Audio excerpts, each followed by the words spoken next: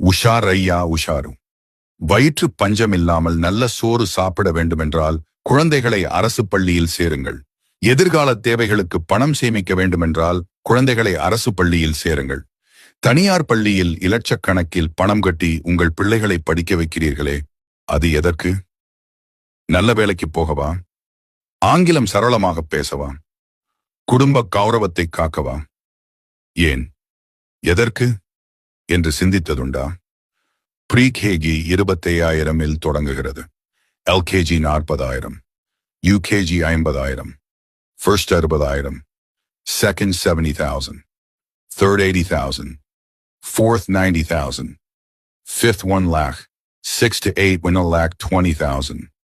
9 to 10 1,50,000 இருந்து 40,00,000 வாங்குகிறாங்க. உங்க பிள்ளை படிக்கும் பள்ளியில் 1000 மாணவர்களுக்கு மேல் பொதுத் தேர்வு எழுதுவார்கள். அப்பள்ளியில் முதல் 3 இடங்கள் மட்டும்தான் பாராட்டப்படும். அந்த 3 இடங்களில் உங்கள் பிள்ளை வரவில்லை எனில் என்ன செய்ய முடியும் உங்களால்? ஒன்றை நினைவில் வையுங்கள்.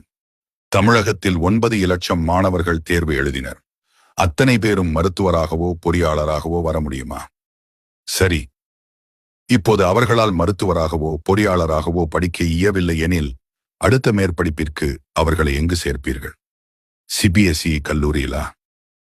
அப்படி ஒரு கல்லூரி தமிழகத்தில் இல்லையே. அடுத்த உங்களின் தேர்வு ஏதேனும் ஒரு கல்லூரி அல்லது பல்கலைக்கழகம்தான், இல்லையா?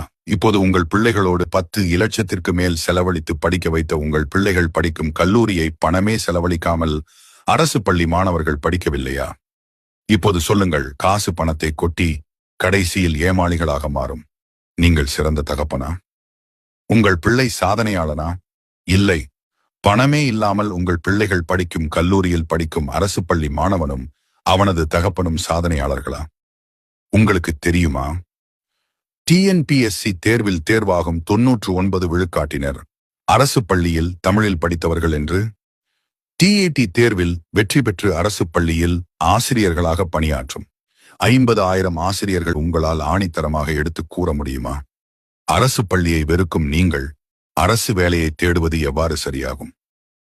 வாருங்கள், குரல் கொடுப்போம். அரசு பள்ளியில் படிப்போம்.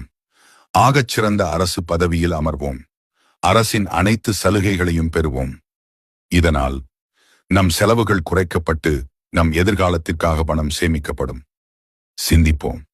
இது தனியார் பள்ளிகளில் சாத்தியமா? சிந்திப்பீர்?